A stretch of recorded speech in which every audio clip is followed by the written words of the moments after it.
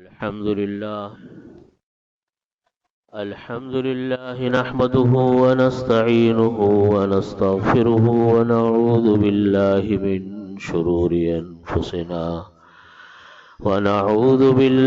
من شرور أنفسنا ومن سيئات أعمالنا من يهده الله فلا مضل له ومن يضلله فلا هادي له وأشهد أن لا إله إلا الله وحده لا شريك له وأشهد أن سيدنا وسندنا ومولانا محمدا عبده ورسوله وقال الله تعالى إنما المؤمنون إخوة فأصلحوا بين أخويكم لعلكم ترحمون۔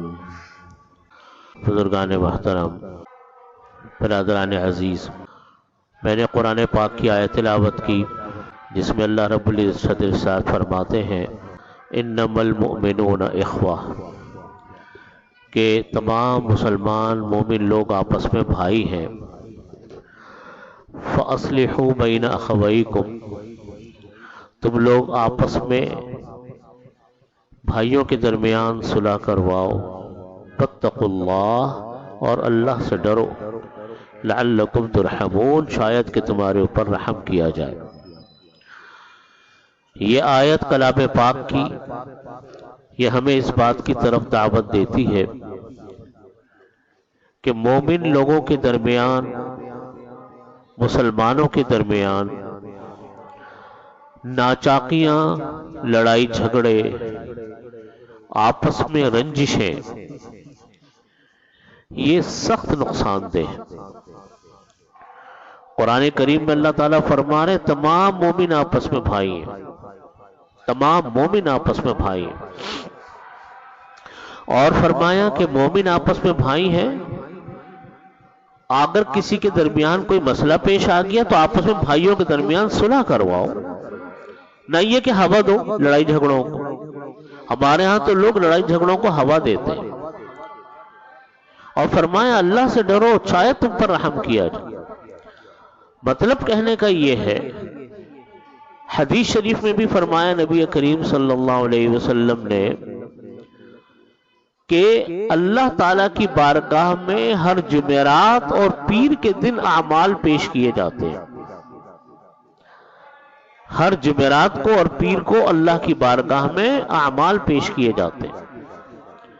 یوں تو اللہ تعالیٰ ہر چیز سے واقف ہے، اللہ تعالیٰ کے سامنے تو پیش کرنے کی ضرورت ہی نہیں ہے، دل میں بھی کوئی خیال آتا ہے اللہ کے علم میں آتا ہے، لیکن اللہ نے نظام اس طریقے سے بنایا کہ اللہ تعالیٰ کے سامنے اعمال پیش کیے جائیں تاکہ اللہ تعالیٰ فیصلہ فرماتے ہیں کہ اس بندے نے اگر کبھی شرک نہیں کیا اور یہ بندہ شرک میں مبتلا نہیں ہوا تو اس کے لیے میں جنت میں جانے کا اور جہنم سے براءت کا اعلان کرتا ہوں۔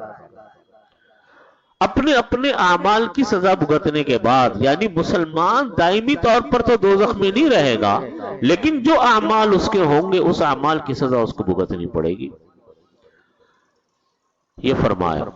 اور فرمایا کہ اللہ تعالیٰ کے سامنے ہر پیر اور جمعرات کو اعمال پیش کیے جاتے ہیں۔ اللہ تعالیٰ کو جب یہ بات بتائی جاتی ہے، یہ پتہ تو ہوتا ہے اللہ کو کہ ان دو بھائیوں کے درمیان آپس میں جھگڑا ہے۔ وَإِنْ كَانَ بَيْنَهُ وَبَيْنَ أَخِيهِ شَحْنَاءٌ، یہ پتہ چلے کہ دونوں کے درمیان کوئی رنجش ہے، کوئی ناچاقی ہے، فَيُقَال، تو یوں کہا جاتا ہے انظروا هذین حتی یصطلحا، ان کے معاملے کو روک لو، ان کے بارے میں ابھی اعلان نہ کرو، حتی یصطلحا، یہاں تک کہ آپس میں یہ دونوں کے دونوں صلح کرو۔ اسی لیے نبی کریم صلی اللہ علیہ وسلم نے لڑائی جھگڑوں کے بارے میں فرمایا کہ یہ لڑائی جھگڑے ہی الحالقہ، یہ موڑنے والے ہیں۔ فرمایا کہ لا تحلق الشعر ولكن تحلق الدین، یہ تمہارے بالوں کو نہیں مونڈتے لڑائی جھگڑے، بلکہ یہ تمہارے دین کو مونڈ ڈالتے ہیں، دین کو ختم کر دیتے ہیں۔ وجہ اس کی کیا ہے کہ جب انسان کے جھگڑے ہوتے ہیں آپس میں، آدمی کبھی بھی اعتدال پہ قائم نہیں رہتا، آدمی کبھی بھی اعتدال پہ قائم نہیں ہوتا، بلکہ بغض دلوں میں پیدا ہوتا ہے، حسد دلوں میں پیدا ہوتا ہے، کینہ دلوں میں پیدا ہوتا ہے، ایک دوسرے کے خلاف غیبتیں ہوتی ہیں، ایک دوسرے کے خلاف باتیں ہوتی ہیں۔ غیبت بھی اتنا بڑا گناہ، جب آدمی کے جھگڑے ہوتے تو ہر وقت چرچے چل رہے ہوتے، اس کے پیچھے اس کی برائی، اس کے پیچھے اس کی برائی۔ حدیث شریف اور میں نے معرف القرآن میں ایک روایت دیکھی، اس میں لکھا کہ اللہ تعالیٰ جب انسانوں کے اعمال آتا ہے، قرآن پاک میں آتا ہے کہ اللہ تعالیٰ انسانوں کے اعمال ان کے سامنے پیش فرمائیں گے کہ دیکھو تمہارے اعمال نامہ، یہ خود پڑھو۔ جب ان کے سامنے اعمال نامے آئیں گے تو وہ اعمال نامے پڑھ کر کہیں گے کہ یا اللہ اس میں تو ہمارے بڑے بڑے اعمال غائب ہیں، ہم نے تو یہ نیک عمل بھی کیا تھا، یہ نیک عمل بھی کیا تھا، وہ تو اس اعمال نامے میں ہے نہیں۔ اللہ تعالیٰ فرمائیں گے کہ نہیں، تم نے یہ نیک عمل کیا تھا، لیکن ہم نے آپ کے اس نیک عمل کو مٹا دیا اس لیے کہ تم لوگ غیبت کیا کرتے۔ تو جب جھگڑے شروع ہوتے ہیں، رنجشیں شروع ہوتی ہیں، تو پھر انسان اعتدال پہ قائم نہیں ہوتا، پھر تو معاملہ حد سے نکل جاتا ہے۔ بد زبانی، بد کلامی، رنجشیں، غیبتیں، حسد، بغض ایک طوفان ہے گناہوں کا، ایک انبار ہے گناہوں کا جو ان اعمال کے ساتھ آتا ہے۔ اس لیے قرآن کریم نے فرمایا کہ انما المؤمنون اخوہ، کہ تم مسلمان ہو، بھائی بھائی ہو، کئی جھگڑا ہو دوسرے لوگوں کو درمیان میں پڑھ کے فاصلحوا بین اخویکم، تم اپنے آپس میں ایک دوسرے سے صلح کرواؤ۔ یہ نہ ہو کہ ہوا دینی شروع کر دو، مزے لینے شروع کر دی۔ ہمارے ہاں مشکل یہ ہے کہ صلح لوگ کرواتے ہیں نہیں، اور مزے لینے شروع کر دیتے ہیں، جھگڑوں کو بڑھاتے ہیں، جھگڑوں کو پھیلاتے ہیں۔ نتیجہ یہ ہوتا ہے کہ جھگڑے اگر کبھی دو آدمی کے درمیان ہوتے ہیں، بعض اوقات وہ دو خاندانوں میں منتقل ہو جاتے ہیں، ان کی اولادوں میں چلے جاتے ہیں۔ اس لیے ان چیزوں کو منع فرمایا کہ ان جھگڑوں سے بچو۔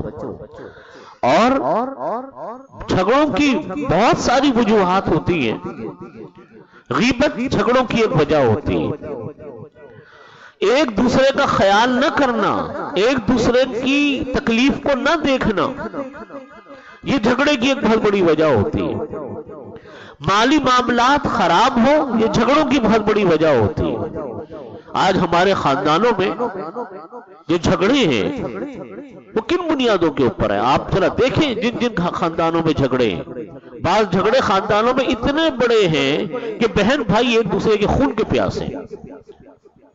ان میں یا تو آپ کو ایک دوسرے کا خیال نہ کرنا، ایک دوسرے کی تکلیف کی فکر نہ کرنا، یہ اسباب ہوتے ہیں کہ میرے کس عمل سے دوسرے کو تکلیف پہنچے گی۔ یہ اسباب ہوتے ہیں مالی معاملات خراب ہوتے ہیں، لین دین کے معاملات خراب ہوتے ہیں، یا اسباب یہ ہوتے ہیں، یا اس کے اسباب یہ ہوتے ہیں کہ میراث صحیح تقسیم نہیں ہوتی۔ آپ دیکھ لیجئے زیادہ تر جھگڑے ان تین چیزوں کے درمیان دائر ہوتے ہیں، اور ان سب کے بارے میں اللہ رب العزت کے احکامات ہیں کہ آپ یہ کام کرو، میراث فوراً تقسیم کرو۔ مالی معاملہ ہے تو علماء نے اصول لکھا ہے تعاشروا کالاخوان وتعاملوا کالاجانب، رہو بھائیوں کے طریقے سے اور معاملہ کرو اجنبیوں کے طریقے سے۔ ہمارے ہاں الٹی گنگا بہتی ہے، آپس میں تو معاملے کو کلیئر ہی نہیں کرتے، روپے پیسے کے معاملات ہیں، لین دین کے معاملات ہیں، خرید و فروخت کے معاملات ہیں، کلیئر ہی نہیں کرتے کہ جی بھائیوں سے کیا حساب کتاب۔ اپنوں سے کیسا حساب کتاب، بعد میں پھر جھگڑتے ہیں اسی کے اوپر۔ حضرت تھانوی رحمۃ اللہ علیہ نے یہ اصول ہمیں فرمایا، اپنی کتابوں میں لکھا کہ جب آپ کسی کو پیسے دو تو اس کو اپنے سامنے گنواؤ کہ جی گنواؤ۔ ہمارے ہاں کتنا لوگ برا سمجھتے ہیں کہ جی میرے پر آپ نے اعتماد نہیں کیا۔ ارے بھائی اعتماد کی بات نہیں ہے، نہ یہ کہ دوسرا آدمی کوئی آپ کے ساتھ چیٹ کر رہا ہے، بلکہ یہ ہوتا ہے کہ کبھی نوٹ کم ہو جاتے ہیں، کبھی نوٹ گننے میں زیادہ ہو جاتے ہیں، کبھی کوئی بھول چوک ہو جاتی ہے، سارے معاملات انسان کے ساتھ چلتے ہیں۔ اس لیے حضرت تھانوی رحمۃ اللہ علیہ نے فرمایا کہ گنو تاکہ معاملہ صاف رہے۔ یہ وجوہات ہیں جو آج ہمارے ہاں گھروں میں جو قیمتی انسان کا قیمتی اثاثے آدمی کے جو ہوتے ہیں، ان میں ایک قیمتی اثاثہ انسان کا وہ انسان کی اپنی رشتہ داریاں اور خون کے رشتے اور ان کے احترام ہیں۔ بہن بھائی ہیں، عزیز رشتہ دار ہیں، چچا زاد، تایا زاد، مامو زاد، خالہ زاد، یہ جو رشتے ہیں، پھر سسرالی رشتے ہیں، یہ کتنے اللہ تعالیٰ نے ان کو معزز رشتے بنائے، کتنے محبت والے رشتے بنائے، اور ایسے رشتے بنائے کہ ان رشتوں کو کوئی دنیا کی طاقت ختم نہیں کر سکتی۔ اللہ نے جو رشتے بنا دیے سو بنا دیے۔ ان رشتوں کو ہم اپنی غلط طریقہ کار سے نفرتوں میں بدل دیتے ہیں۔ خاندان کے بھی جو بڑے ہوتے ہیں، خاندان کے بھی جو لوگ اہمیت کے حامل لوگ ہوتے ہیں، ان کو بھی چاہیے کہ درمیان میں آ کر ان لوگوں کو ٹوکیں کہ جی آپ کا طریقہ کار غلط ہے، کہیں ایسا نہ ہو کہ بعد میں کوئی جھگڑا پیدا ہوگا۔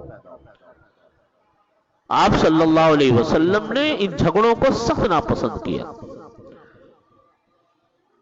قبائلی تعصب، علاقائی تعصب، جھگڑے، یہ جھگڑوں کی بنیادیں۔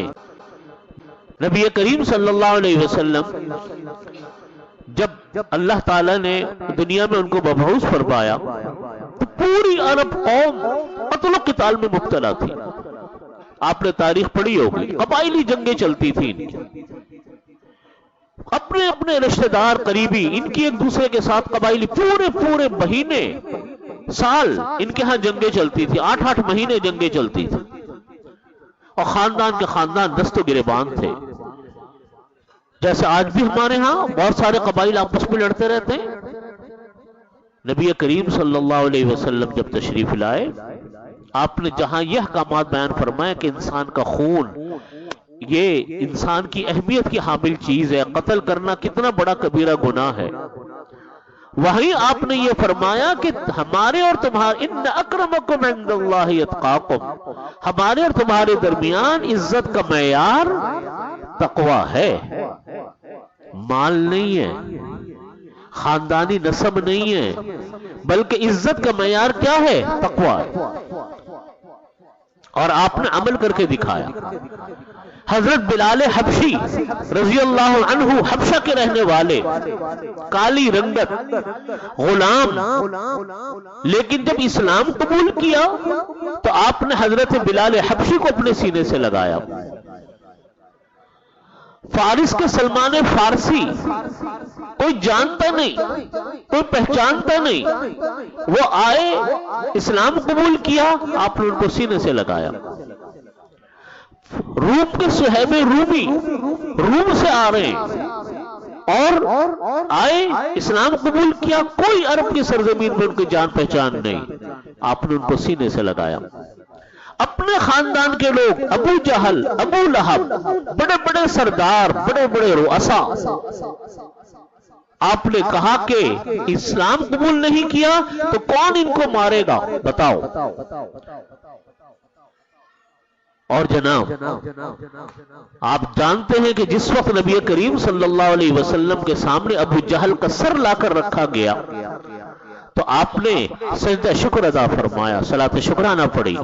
اپنے خاندان کے لوگ ہیں، اپنے قبیلوں کے لوگ ہیں، لڑائی کس بنیاد کے اوپر ہو رہی ہے؟ نسب پر نہیں ہے، مال پر نہیں ہے، دولت پر نہیں ہے، لڑائی اس بنیاد کے اوپر ہے کہ اللہ اور اس کے رسول کے خاطر لڑائی ہے۔ تو اپنے دور کے لوگ سینوں سے لگ رہے ہیں اور اپنے لوگوں سے لڑائی ہے۔ پتہ چلا کہ کیا بات ہے کہ اصل بنیاد اسلام ہے، کوئی خاندانی مسئلہ نہیں ہے، کوئی دولت نہیں ہے. اور یہی تعلیم آپ نے دی. آپ نے خطبہ حجۃ الوداع کے موقع پہ صاف فرمایا کہ کسی کالے کو، عرب قوم جو تھی بڑی متعصب قوم تھی، وہ اپنے آپ کو کہتی تھی نحن ابناء العرب، ہم عرب کے بیٹے. دوسروں کو کہتے ہیں کہ عجم ہیں، گونگے ہیں، ان کو بولنا نہیں آتا، بولنا تو ہمیں آتا. آپ نے فرمایا کہ نہیں، فضیلت کا معیار عرب غیر عرب نہیں ہے. کسی عربی کو کسی عجمی پر، کسی عجمی کو کسی عربی پر، کسی کالے کو کسی گورے پر، کسی گورے کو کسی کالے پر کوئی فوقیت نہیں. عزت کا معیار ہے تو اسلام ہے. نبی کریم صلی اللہ علیہ وسلم مدینہ طیبہ میں تھے، دو صحابہ کرام کی لڑائی ہو گئی، ایک نے دوسرے کو لات مار دی، جھگڑا ہو گیا پانی بھرنے پر. عرب نے کہا، ایک تھے مہاجر ایک تھے انصار. مہاجر صحابی نے دعوت دی، یا للمہاجرین، اے مہاجروں میری مدد کو آؤ. انصاری نے دعوت دی، یا للانصار، اے انصاریوں میری مدد کو آؤ. آپ صلی اللہ علیہ وسلم کے پاس یہ بات پہنچی کہ انہوں نے اپنے قبیلوں کی بنیاد پر مدد کی دعوت دی، بلایا، اسلام کی بنیاد کے پر نہیں بلایا. آپ تو ان قبائل اور تعصب کو تو آپ پسند نہیں کرتے تھے نا، رنگ و نسل کی چیز کو تو آپ پسند نہیں کرتے تھے. آپ کو سامنے جب پیش ہوا معاملہ، اب غصے سے چہرہ انور آپ کا سرخ ہو گیا. آپ نے فرمایا دعوہا فإنہا منتنا، اس دعوے کو چھوڑو، فإنہا منتنا، یہ بدبودار نعرہ ہے، قومیت کا نعرہ، علاقائیت کا نعرہ، صوبائیت کا نعرہ. اسلام نے بنیاد کس پر رکھی؟ فمنکم کافر فمنکم مؤمن. قرآن کریم نے صاف فرمایا کہ دو قومیں ہیں تم میں، تیسری کوئی قوم نہیں. فمنکم کافر فمنکم مؤمن، ایک مومن اور ایک کافر. یہ جو ہم لوگ اپنی علاقائی نسبت بیان کرتے ہیں کہ جی میں کراچی کا رہنے والا، آپ کہتے ہیں میں لاہور کا، وہ کہتے ہیں میں پشاور کا، یہ تو اللہ تعالیٰ نے ایک خاندانی ایک تقسیم بنائی. قرآن کریم نے بھی فرمایا کہ ہم نے مختلف انسانوں کو مختلف قبائل میں پیدا کیا، لتعارفوا، تاکہ انسان کی شناخت ہو. عزت ذلت کا معیار یہ نہیں ہے. اس لیے ہمارے اعمال کو تباہ کرنے والی چیزوں میں، اعمال نامے کو اکارت کرنے والی چیزوں میں ایک چیز آپس کی رنجشیں اور لڑائیاں ہیں، جو آج خاندانوں میں، بازاروں میں اور ملنے جلنے والوں میں اتنی کثرت سے پھیلتی چلی جا رہی ہے کہ اس کی کوئی حد نہیں. یہ کام ختم اس وقت ہوگا جب ہم ایک دوسرے کا خیال کریں گے، آپس میں دوستی کے ساتھ رہنے کی فکر کریں گے. جب تک ہر آدمی دوسرے کی تکلیف کا خیال نہ کرے، جب تک ہر آدمی دوسرے کی راحت کا خیال نہ کرے، اس وقت تک یہ مسئلہ نہیں ہوتا، حل ہوتا. یا مالی معاملات خراب ہو، یا میراث کے معاملات خراب ہو، لین دین کے معاملات خراب ہو، زبان درازیاں ہو، جو ان چیزوں کو پروان چڑھانے والی ہیں، ان چیزوں سے جب تک نہیں بچیں گے ہمارا کام، مسئلہ حل نہیں ہوگا. ہم لوگ اس پر تو توجہ دیتے ہیں جی نماز وقت پر پڑھ لی، تلاوت کر لی، وہ اپنی جگہ پر عبادت ہے، نامہ اعمال تو بڑھے گا یقیناً. لیکن دوسری طرف ہمارا نیا اعمال جو صفحہ ہستی سے مٹ رہا ہے، صاف ہو رہا ہے، اس کی بھی تو ہمیں فکر کرنی چاہیے. گناہ جو ہیں انسان کے نامہ اعمال کو دمک کی طرح چڑھ جاتے ہیں. معصیتیں، اگر ایئر کنڈیشن لگا ہو اور کھڑکی دروازے کھلے ہو تو ٹھنڈا کہاں سے ہوگا کمرہ؟ کولنگ تو ساری باہر چلی گئی. نیکیاں آ رہی ہیں لیکن گناہ بھی انبار چل رہے ہیں گناہ کے، تو کہاں سے انسان کے نامہ اعمال بڑھیں گے؟ آج یہ ہمارے معاشرتی مسائل ہمارے گھروں میں ہیں، اس کی وجہ سے گناہ بھی بہت ہیں، رنجش بھی بہت ہیں، اور سب سے بڑی بات یہ کہ زندگی کا چین اور سکون انسان کا ختم ہے. اسی لیے اللہ رب العزت فرماتے ہیں انما المؤمنون اخوہ فاصلحوا بین اخویکم. کہیں جھگڑا ہو روکو، کہیں دیکھو کہ آگے بات خراب ہونے جا رہی ہے تو ایک خاندان کے لوگ دوسرے کے درمیان میں دخل اندازی کریں، بتائیں لوگوں کو کہ دیکھو تم غلط رخ پر جا رہے ہو. خاندان کا شیرازہ جب ایک مرتبہ بکھرتا ہے نا پھر کبھی جمع نہیں ہوتا. محبتیں ایک مرتبہ ٹوٹتی ہیں پھر یکجا نہیں ہوتی. اس لیے ہمیں ہمیشہ اس کا خیال کرنا چاہیے کہ مرحلہ نہ آئے. اللہ رب العزت ہمیں اس پر عمل کی توفیق عطا فرمائے. وآخر دعوانا الحمدللہ.